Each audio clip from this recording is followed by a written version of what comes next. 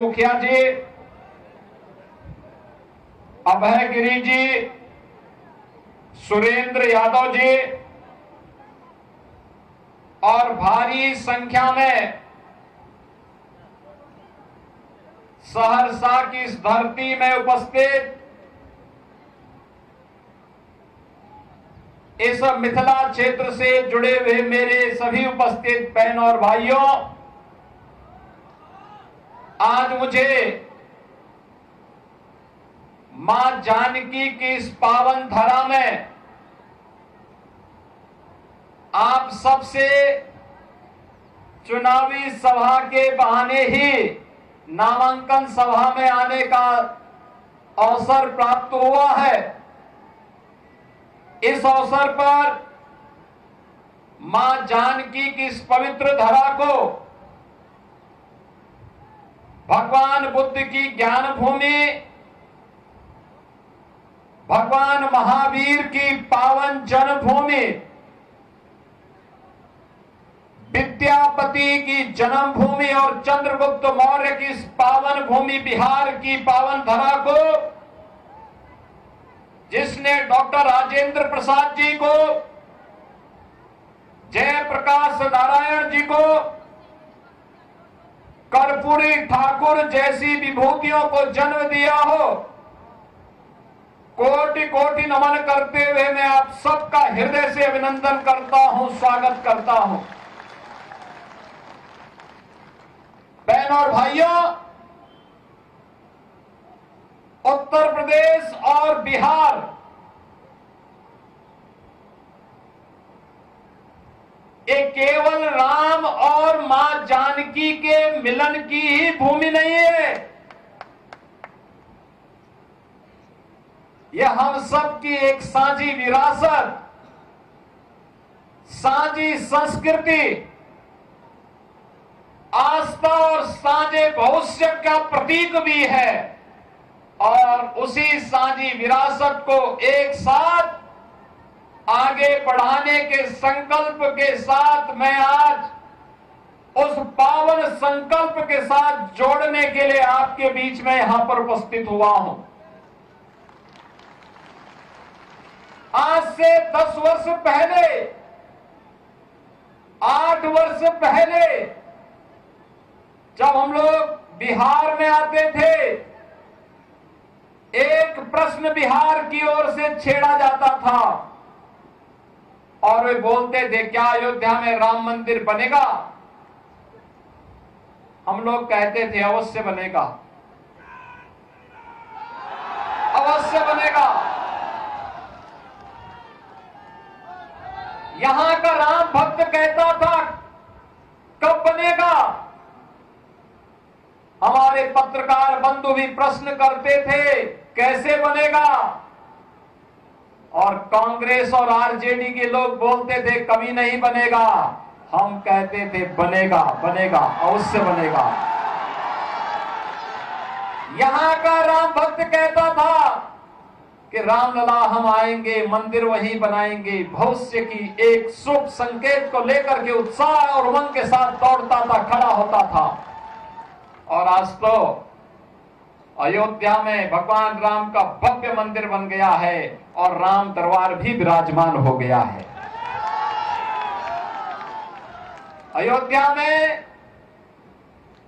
भगवान राम, मां जानकी, भरत जी, लक्ष्मण जी, शत्रुघ्न जी, हनुमान जी, इन सब का दरबार भी राम जन्मभूमि में विराजमान हो गया है।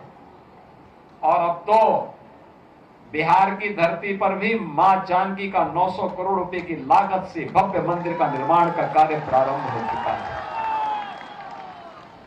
यह है विरासत।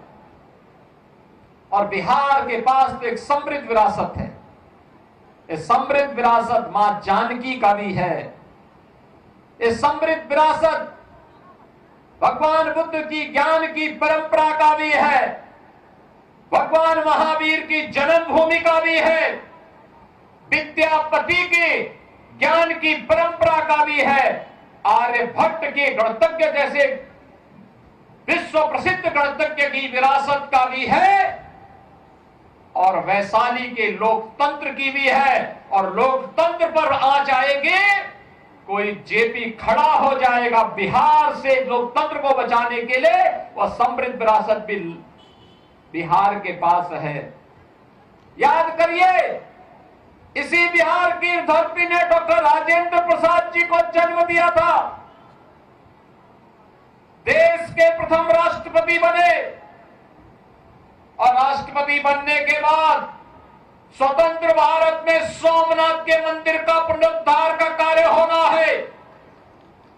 पंडित जवाहरलाल नेहरू ने कहा नहीं जाना है, राष्ट्रपति ने कहा नहीं मैं जाऊंगा, क्योंकि भारत के सांस्कृतिक, भारत के नए आभा को वैश्विक जगत में प्रस्तुत करना है।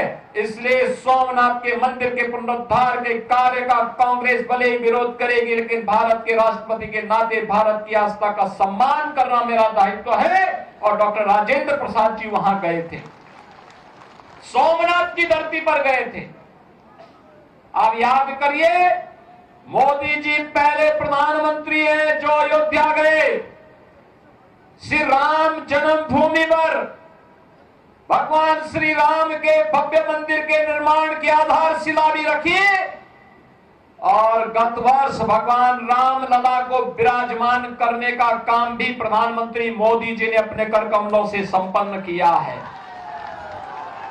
भारत की आस्था का सम्मान होगा, भारत की विरासत का संरक्षण होगा, तो वह विरासत ही विकास की नींव को पुख्ता करेगा। बहनों और भाइयों, क्या हो रहा था कांग्रेस के शासनकाल में? ये विरासत को अपमानित करते थे, कहते थे राम हुए ही नहीं, कृष्ण हुए ही नहीं, भारत की विरासत को कोसते थे, भारत को अपमानित करते थे, भारत और भारतीयों को गाली देते थे, घुसपैठियों को घुसपैठ करा करके अराजकता पैदा करवाते थे। और आरजेडी को तो कहना ही क्या, इन्होंने बिहार का विकास नहीं किया, अपने परिवार का विकास किया। इन्होंने परिवार का विकास किया। मोदी जी कहते हैं कि 140 करोड़ का भारत मेरा परिवार है, और लालू जी कहते हैं कि राबड़ी देवी का ही परिवार मेरा परिवार है। आरजेडी उससे बाहर नहीं सोच सकती। एनडीए पूरे भारत के लिए सोचता है और डबल इंजन की सरकार बिहार के उस विकास को आगे बढ़ा रही है। नीतीश जी के नेतृत्व में पिछले 20 वर्षों में बिहार ने विकास की जिस नए प्रतिमान को आगे बढ़ाया है, ऊंचा किया है, आज गांव-गांव की कनेक्टिविटी को तेज किया है, उद्योग लगने प्रारंभ हुए हैं, इंजीनियरिंग कॉलेज बन रहे हैं, विश्वविद्यालय बन रहे हैं। आज बिहार के अंदर विकास एक नई आभा के साथ आगे बढ़ रहा है। बिहार के अंदर बाढ़ की समस्या का समाधान तेजी के साथ आगे बढ़ रहा है। आज जब बिहार में विरासत और विकास के इस अभियान को आगे बढ़ाने का कार्य एनडीए की डबल इंजन की सरकार आगे बढ़ा रही है, बिहार की पहचान आज मेट्रो के रूप में, रेलवे की बेहतरीन कनेक्टिविटी के रूप में, हाईवे के रूप में, एक्सप्रेसवे के रूप में, एयरपोर्ट के रूप में, वाटरवे के रूप में आज जब बिहार को पहचान मिल रही है, तो आपकी इस पहचान को फिर से धूमिल करने के लिए कांग्रेस और आरजेडी ने एक सगोपा छोड़ा है कि विकास नहीं बुर्का चाहिए।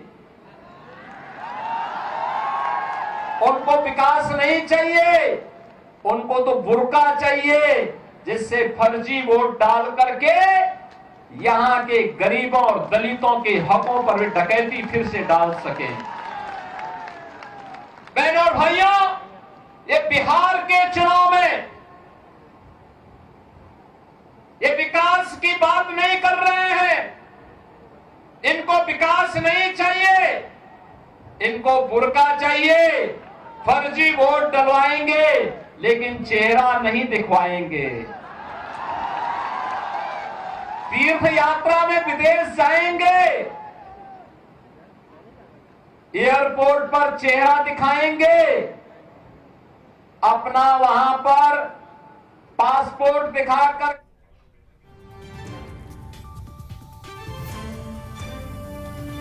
कांग्रेस घुसपैठियों को बताया, वहीं आरजेडी ने सिर्फ परिवारवाद को बढ़ावा दिया है। सीएम योगी आदित्यनाथ ने सहरसा में जो चुनावी जनसभा को संबोधित किया, इस दौरान आज बिहार में